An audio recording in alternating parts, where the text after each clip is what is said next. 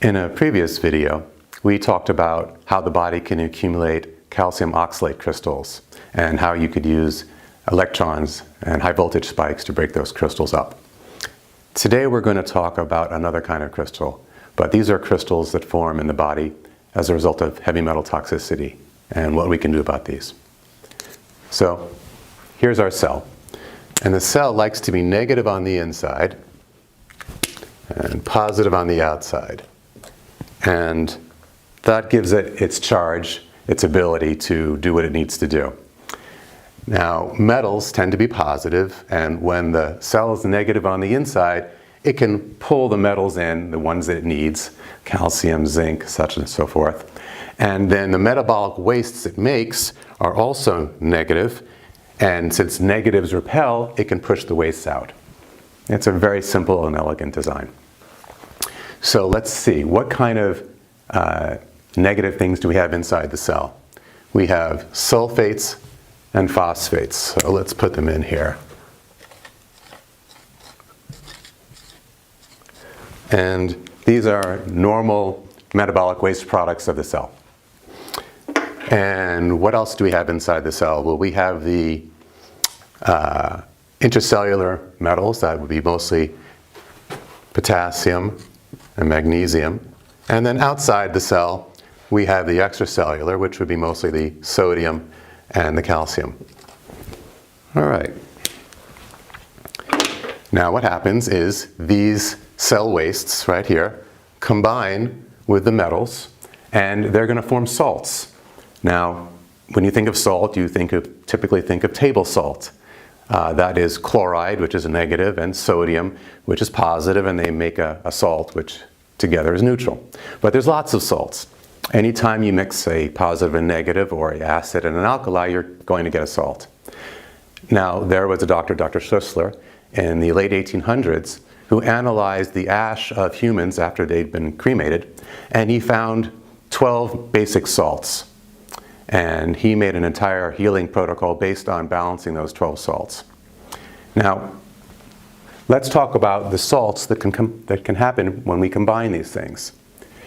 Sodium, calcium, potassium, and magnesium can all combine with sulfate and phosphate.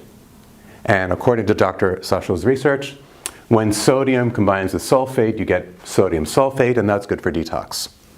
And sodium combining with phosphate yields sodium phosphate. That helps balance your pH. When calcium bonds to sulfate, that creates connective tissue. And when calcium bonds to phosphate, you get bones. Potassium bonding to sulfate helps with oxygen exchange. Potassium bonding to phosphate is good for the nerves. And finally, magnesium bonding to phosphate is also for the bones. So the way the system is designed, some of the wastes that the cell makes combine with metals, and then they actually become good for you in another way. Now, let's take a look at what happens when you put these things in water. If you put sodium sulfate, sodium phosphate, potassium sulfate, and potassium phosphate in water, they dissolve. They are soluble. On the other hand, calcium sulfate, calcium phosphate, and magnesium phosphate are not soluble. They turn into little crystals. They solidify. And they won't dissolve in water, which is good because we don't want our bones, the magnesium phosphate and the calcium phosphate, dissolving in water. Nor do we want our connective tissue, the calcium sulfate, dissolving in water. So it's a great design. The body uses the ones that aren't soluble to form the permanent structures like the bones, the teeth, and the connective tissue, and the others have jobs where they can move around where they need to. So far, everything's working great. The trouble is, these aren't the only metals in the environment. There are also toxic metals like lead and mercury, and they can make toxic cell salts, like lead sulfate or lead phosphate or mercury sulfate or mercury phosphate. Well, the problem is none of these are soluble. If they were soluble, like, say, sodium sulfate or sodium phosphate, then however toxic they are, you'd let them go in the urine and within a day they're gone. But they're not soluble. They're more like magnesium phosphate or calcium phosphate or calcium sulfate, they don't dissolve in water. And so they stick around, and they're very hard to get rid of. So we're making these. What do we do to get rid of them? Well, first, try not to expose yourself to the toxic metals. But that's tough. We're going to get exposed.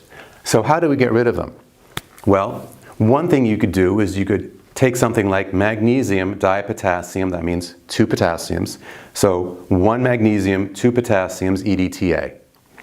And let's say you take this and it bumps into some lead phosphate as an example. What will happen? Well, the lead is going to attach to the EDTA, forming lead editate. And the magnesium will attach to the phosphate, and the potassium will attach to the phosphate. So you'll get potassium phosphate and magnesium phosphate. Now, the lead editate is soluble. This will dissolve in water. Lead phosphate will not dissolve in water. Lead editate dissolves in water, which means you can now urinate this out. And the potassium phosphate helps the nerves, and the magnesium phosphate goes into the bones. So we can turn a toxic salt, lead phosphate, into a water-soluble toxin that will leave, and 2 nutritional elements. So far, so good.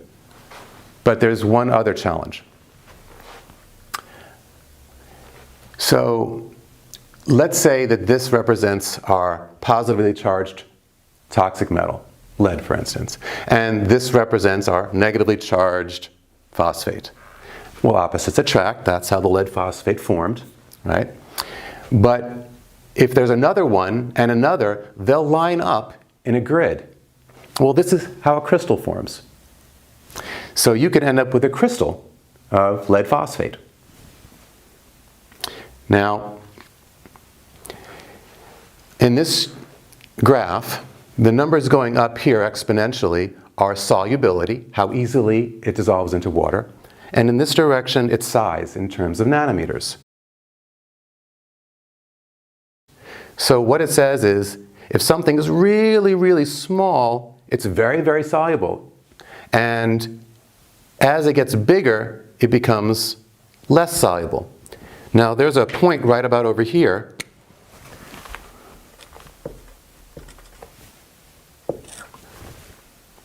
That's about 7 nanometers, which is something like 1/20,000th of a human hair.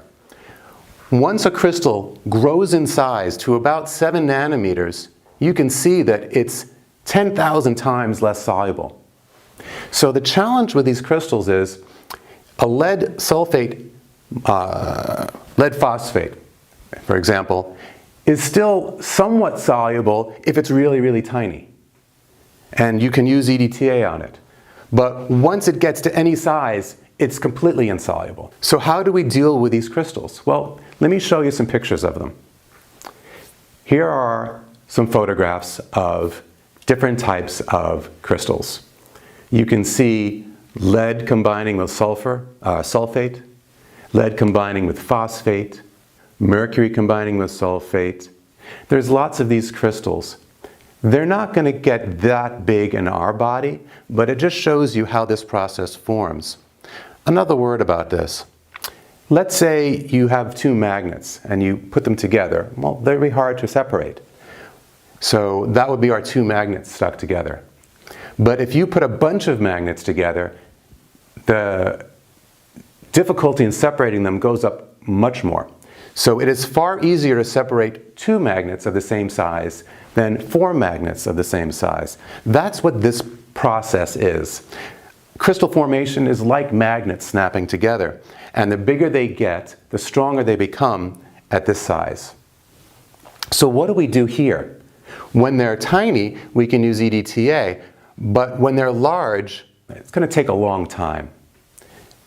And a lot of the toxic metals are inside this crystal, so the EDTA can't even get to them. So at this point, the idea would be to break this crystal up into individual pieces. So if we can break it into separate pieces that are free floating around, if we could shatter it, now, even though it might be insoluble for the body, EDTA can get to it. How do we crack the crystal? Well, we talked about that in a previous video. We said that if you add electrons, it'll be negative. If you add electrons to in high voltage spikes, you could shatter the crystal. So that's what I think is a good idea. The first thing to do for health is have a good supply of the good metals. Calcium and sodium are easily found. Magnesium and potassium typically you might consider supplementing. And to try to avoid the toxic metals. Consider something like magnesium dipotassium EDTA. Another advantage of magnesium and potassium is they both increase solubility. But still, even with everything that we do, we may still accumulate some crystals. So at that point, you might want to do some high voltage spikes. And what they do is they hit the crystal and they resonate it, and if it explodes into tiny pieces, now in smaller pieces, now that it's here and the solubility is up, what that means is it can go into a water, even something like EDTA is available, and then it can be urinated out. So, if that's something that's interesting to you, we make a magnesium dipotassium EDTA product. There's a picture of it. And if you would like to have the benefit of electrons and high voltage spikes, then there's a picture of the machine we make for that. Have a great day.